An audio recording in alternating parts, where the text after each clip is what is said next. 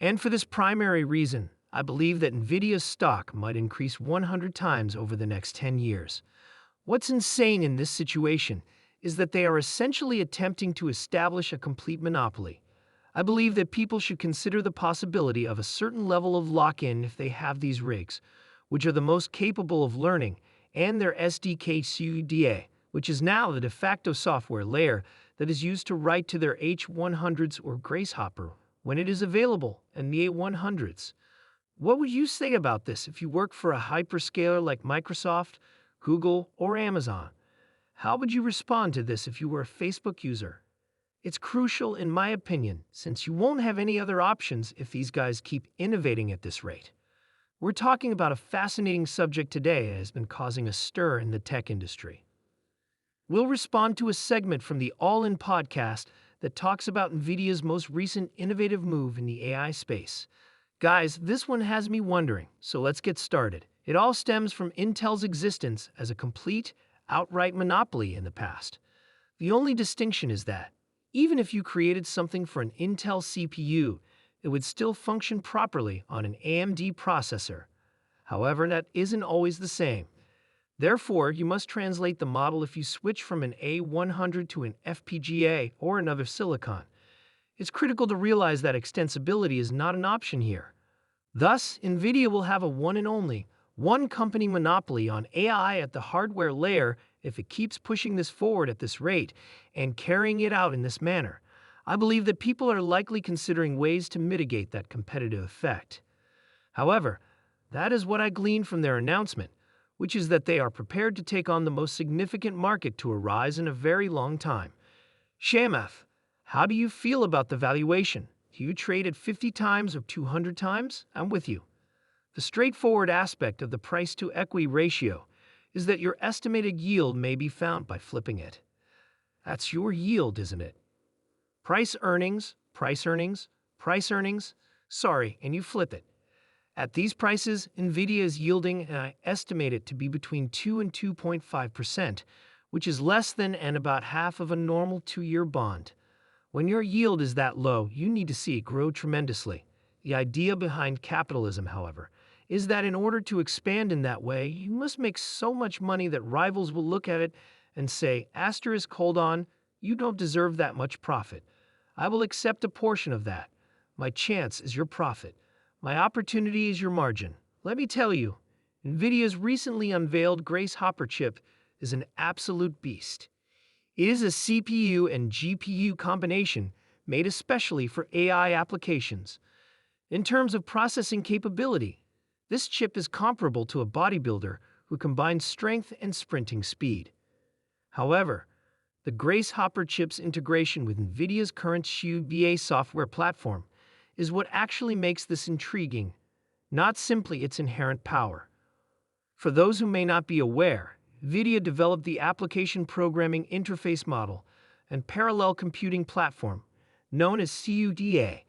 It enables programmers to take advantage of NVIDIA's GPU's capabilities for intricate calculations. This hardware and software combo is really powerful. It's similar to having the most sophisticated GPS system, the greatest automobile engine. You're driving more intelligently, not just faster. But there's a serious issue here that we must deal with. The podcast guys are concerned that NVIDIA might wind up controlling the market for AI gear. Let's take a closer look at this. NVIDIA could effectively control the whole field of AI development if their Grace Hopper processor establishes itself as the industry standard for AI hardware, especially given their already strong position with CUDA. Big firms like Amazon, Google, and Microsoft might be forced to use NVIDIA's hardware regardless of their own preferences as a result. Consider this. When it comes to their AI gear, these businesses may have few options.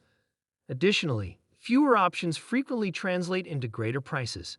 Because, well, where else would these companies go? NVIDIA could raise pricing. The possibility of a monopoly is a severe problem since it may inhibit innovation and competition.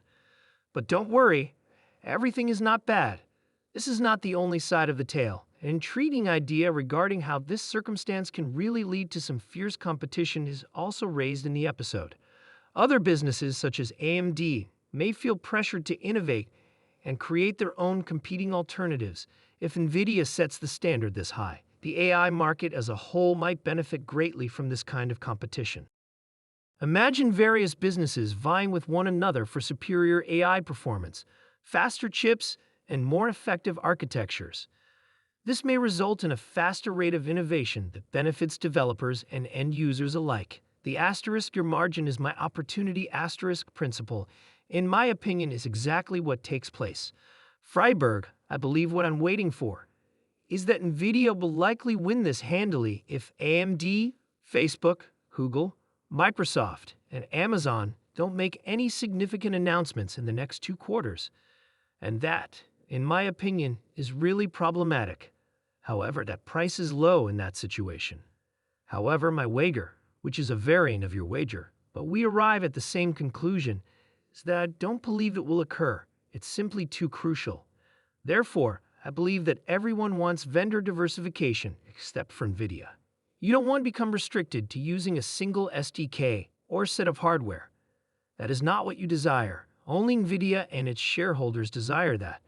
My prediction is that there will be some significant activity over the next 2 quarters, forcing people to adjust their projections so that Nvidia isn't just 100% of the market, but also Nvidia plus. And if that appears reasonable and correct, that's what I would wager. Otherwise, these hyperscalers would be quite dangerous if they simply threw their hands up and gave them the entire market. Additionally, it would be AMD's dereliction. Moreover, AMD is a fantastic memory solution, but they don't actually have a deterministic AI chip. In my opinion, Lisa Su needs to take immediate action in this situation and create, announce, or purchase anything. But she also needs to be quite forceful. Many of the language models are actually being built with fewer and fewer CPU/GPU resources. On Hugging Face, this has been somewhat of a race or competition. Some of the individuals working on these language models, JTH, have told me that there is a great deal of inefficiency, but I demonstrated the leaderboard in another episode, perhaps 2 episodes ago. That being said, the other thing that was said, Chical, is also happening, is that, as you mentioned, Freiberg, the atomization of these models is, I believe, proceeding even more quickly than when you originally raised that point. Due to code and software advances, what took $3 million last year is now taking $200,000. Insane. My thoughts are as follows. Nvidia's action is unquestionably audacious. They are at the forefront of AI hardware thanks to this power play. However, does it actually indicate a monopoly? I'm not entirely sure. The tech sector is renowned for its surprising innovations and quick evolution. Competition is still very much alive and well. Who knows what new technologies might be developed to meet this challenge? But enough of my opinions. I would like to hear from every one of you. How do you feel about Nvidia's approach? Is this only the inevitable development of innovation in the AI sector, or do you see them establishing a monopoly? If you would like anything else change, please let me know.